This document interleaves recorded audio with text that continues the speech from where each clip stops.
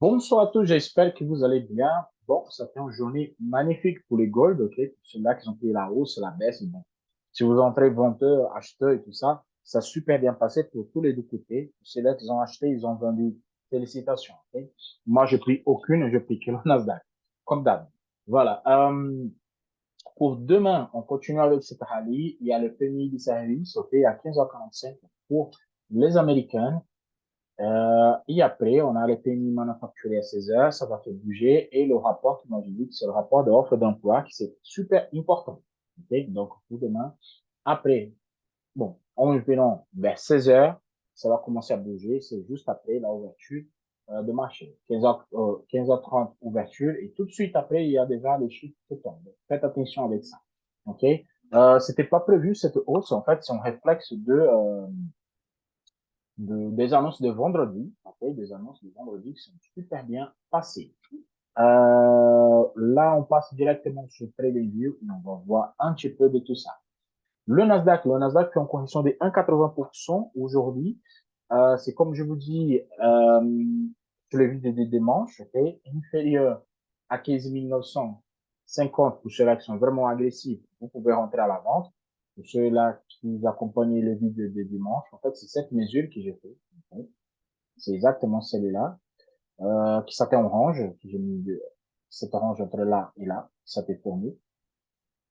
Et là, bien évidemment, la casse vers le haut poursuit de la hausse, ok? Maintenant, on a fait un casse vers le bas. J'ai dit les indices que je ne rentrais jamais sur la première casse, jamais. Mais là, il m'a aidé un petit peu, il a rentré, hop, et là, c'était une bonne. Pour prendre tech des niveaux, tech des buts, et ainsi de suite. Moi, je rentre pas à la vente, ok, parce que la tendance des fonds, elle est haussière. Qui ça peut changer cet après-midi? Je vous montre. Maintenant, je n'ai plus besoin parce que cet applicatif, moi, je vais vous parler quelques vidéos en arrière. Pour moi, ça me permet de voir en temps réel. Regardez. Là, je sais que la tendance sur H1 et H4, elle est baissière, ok? Donc là, je sais que c'est baissière, mais je vous montre quand même ici. Pour moi, c'est pas baissière. C'est pour ça que j'aime pas les indicateurs. Pour moi, ça, c'est un gigantesque rang. Regardez qu'il est stoppé justement sur 15 760. C'est pour ça que je ne suis pas vendeur sur le Nasdaq encore. Il faut casser la structure. Pour moi, en retournement de tendance, c'est quand on casse la structure. Et la structure ici, elle ne peut pas casser. Elle va se casser si on casse ici. D'abord, les 15 760. Mais pour moi, je passe vendeur, honnêtement, si je casse 15 650. À partir de là, je veux faire que des ventes, je ne fais pas de bail. Okay? Parce que là, normalement, on vient plus bas. Je reviens sur 15 minutes pour vous montrer mon trade de maintenant. J'attendais qu'il faisait toute la baisse tranquillement, sans stress, ok? Sans stress. Et là, il a fait un plus bas. Et quand il fait un plus bas en retour, donc qu'est-ce que je fais? J'ai cette chandelier. Sur cette chandelier-là, tout de suite, j'ai marqué canal de référence. J'ai pris la base zone 9. Je multiplie vers là-haut et j'ai dit, OK, la casse, je rentre. Il a cassé avec un grand familier, il a retourné, je rentrais ici, les gars. OK? Mon point d'entrée, c'est exactement ici à 15 765, OK? Et là, il a avancé, moi, j'ai mis un break-even déjà. OK? Parce que là, si je compte à partir de mon point d'entrée, take d'un niveau, on a dépassé les 50%. Là, pour moi, c'est break-even. Donc, take des 1 et la ouverture, si on monte un peu, je peux faire un take des 2. Comme la tendance elle est forte à la hausse, et ça pour moi c'est juste en correction de l'ordre du début de la semaine, une forte correction positionnelle, mon take profit elle est ici à 15 950. Il est là. Mon take profit il est exactement ici, ok? Parce que je suis déjà en break-even. Si vous voyez ici, le mensuel il a passé en négatif. Et c'est ça que je dis, attention les 15 950 pour cette motif-là. Regardez, on a eu la mèche, on a eu les 3 premiers jours une forte hausse, et là, on fait une mèche baissière, on revient vers le bas. Donc, tant qu'elle est inférieure à 15 950, c'est là que je vous parle, c'est toujours, oh oui, on doute pourquoi les bougies mensuelles et les négatives. C'est pour ça que j'aime bien travailler et marquer la bougie mensuelle parce que c'est super important. On a fait la même chose, on fait en hausse et on baisse la semaine dernière. Là, on a fait la baisse directe et on attend, si le retourne supérieur à 15 950, cette chandelle passe en positif, ça veut dire qu'on va poursuivre de la hausse et finalement, on peut venir sur 0%. Ça veut dire qu'on fait toute la correction de toute la baisse. Et là, on peut envisager des records historiques. On est loin encore, mais c'est faisable. C'est pour ça que mes positions de Nasdaq, okay, j'attendais pour faire le bas. Et là, cette petite pullback, je rentre en position. Moi, je suis positionné encore. Pour demain, observer le marché. Observer. Si demain, on reste neutre, parce que c'est ça que je pense qu'on va rester un petit peu neutre, OK. À partir de là, on fait rien. Le mercredi, avec les annonces pour toi, s'il casse 15 950, rentre en position. Sinon, s'il vient tester finalement les 15 650, s'il teste 15 650, il fait canal de référence en métro, retour de niveau à cette zone-là, là oui, je rentre en bail pour envisager encore une fois. Par contre, s'il me casse les 15 650, à partir de là, je change complètement la branche et puis je pars à l'avant. Et moi, je vous dis une chose, c'est sur le premier casse. Si demain, il baisse le premier chandelier de 15 minutes qui me passe ici, je rentre à l'avant. Vraiment, je rentre à l'avant. Moi, je vais envisager des plus bas. Okay? C'est ça que je vois un petit peu pour le Nasdaq. Le Dow Jones, il n'a pas grand-chose sur le Dow Jones, okay? Parce que là, il y a, bon, il y a la réflexion que j'ai fait. Il fait Canada référence zone, je peux jeter vers le bas. Il y a eu la casse avec un pullback pareil comme j'adore. Petite casse, on intègre, on passe en sell limite, on rentre à la vente. Regardez qu'on a la précision de take, nickel. Mais pour moi, c'est neutre aussi. Il a baissé, il a monté, donc il n'y a pas grand-chose à faire. Je garde la même réflexion pour la prise de position. Si les casse encore une fois les 3650, pour les plus agressifs, vous pouvez rentrer à la vente. Pour ceux-là qui cassent les 15 1260, vous rentrez en bail. Par contre, faites attention. Cette mesure-là, ok, nous avons ici 120 pips, 118. Donc, faites attention avec votre stop loss et les tailles de l'eau, ok? Donc, c'est la même réflexion. Pour moi, c'est intéressant s'il vient tester le plus bas ici et retourne, ok? Ça, c'est mon avis. Mais il y a des gens qui sont hyper agressifs sur le marché qui moi je connais, ok? Surtout pour vous qui regardez mes vidéos. Vous rentrez carrément sur cela que je parle. Donc, le DAX. Le DAX, c'est orange. En fait, c'est que le Nasdaq qui a fait sa correction. Tous les restes sont orange. Okay? Pour moi, c'est une petite prise de position. 1,80%, c'est une petite prise de position, des stop loss, ok? Pour le Nasdaq. Bon, je mesurais ici le plus bas, je projette. Parce qu'on est vers là haut, on projette vers le bas. Donc, premier casse, on rentre pas. Mais après les autres, cette petite casse était bien, avec un petit plus bas qui a eu un pic en break-even pour moi, ok, je crois qu'on a dépassé ces proportions, c'est une voilà un break-even. Pour moi, le DAX, si vous rentrez en position, c'est un break-even. Ok, voilà, pour moi. Et je garde toujours la même réflexion, pareil comme le Dow Jones. Supérieur à 16 460, je rentre en bail. Et si les 1000 passe encore une fois à 16 420, je rentre à l'avant. Par contre, moi, honnêtement, je ne vendrai pas cette marché-là. Nous sommes ici, cette petite ligne que vous voyez ici, ça c'est le record historique. Je vous montre. Plus simple. Ça c'est le record historique. Okay? Et ce que je vois, que j'observe là maintenant, je vais vous montrer que je viens de voir, c'est que si vous prenez les plus hauts et vous prenez la mesure ici, et les plus bas, et vous projetez, ça donne le record historique. Bien sûr, je fais rapidement. Si vous faites avec un petit peu de patience, vous allez voir que le mouvement est pareil.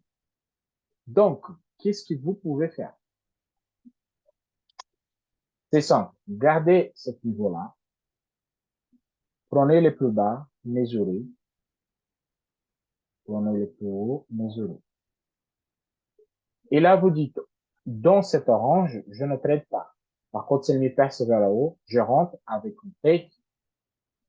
Take de un niveau à 16 500 et un take de deux niveaux en record historique.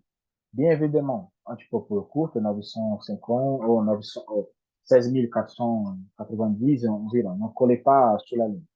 Et on take des deux niveaux sur le record historique. C'est les perces vers la haut.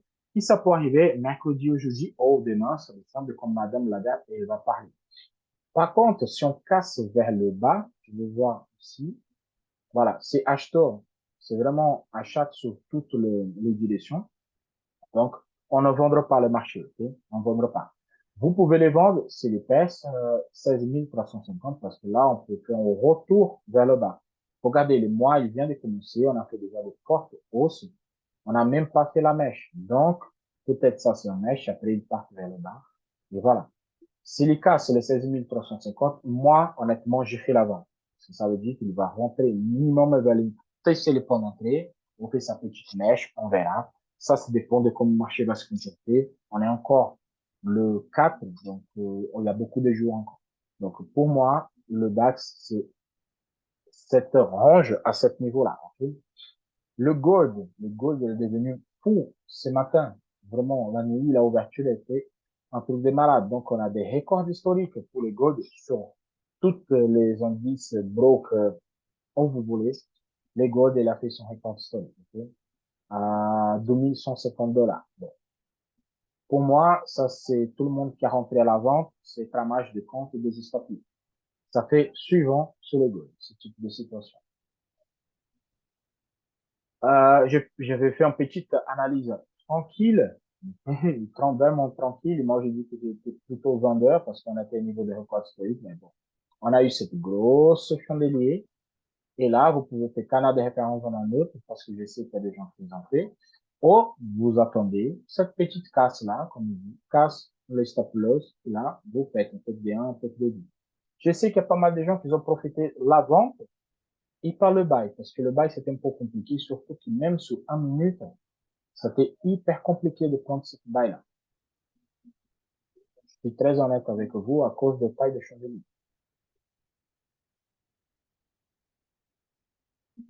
Ok? Voilà. Si vous avez des chandeliers de 1 minute qui se fait tout ça, c'est un peu compliqué à rentrer parce que le cramage de compte, c'est trop vite. Ok? Voilà.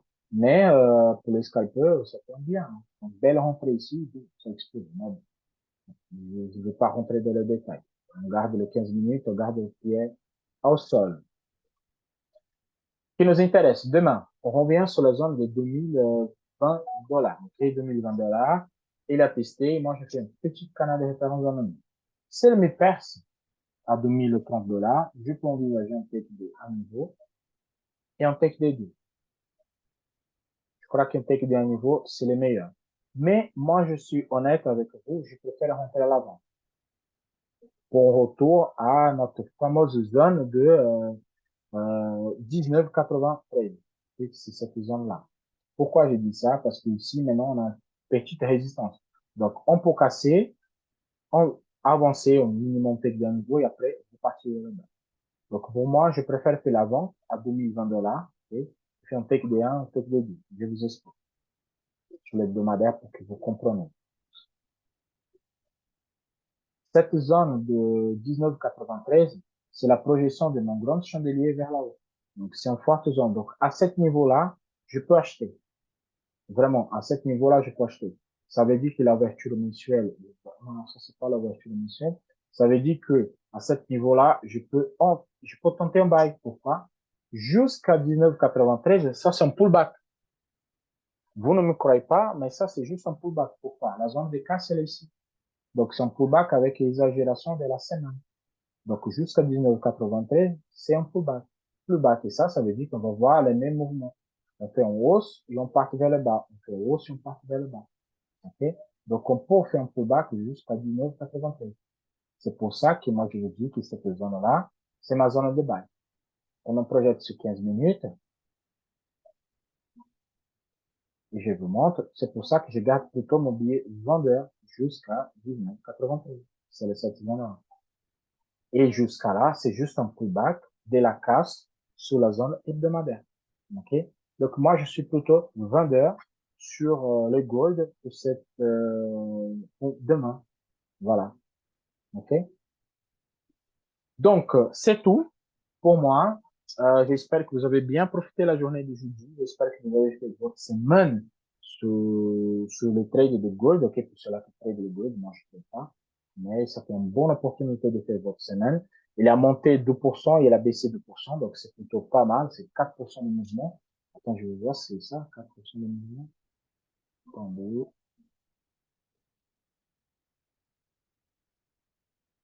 6%, voilà, 6% de mouvement de en journée, c'est énorme, c'est gigantesque. OK? Bon, je souhaite à tous une excellente soirée. On se voit demain soir pour de nouvelles aventures. À la prochaine. Ciao, ciao.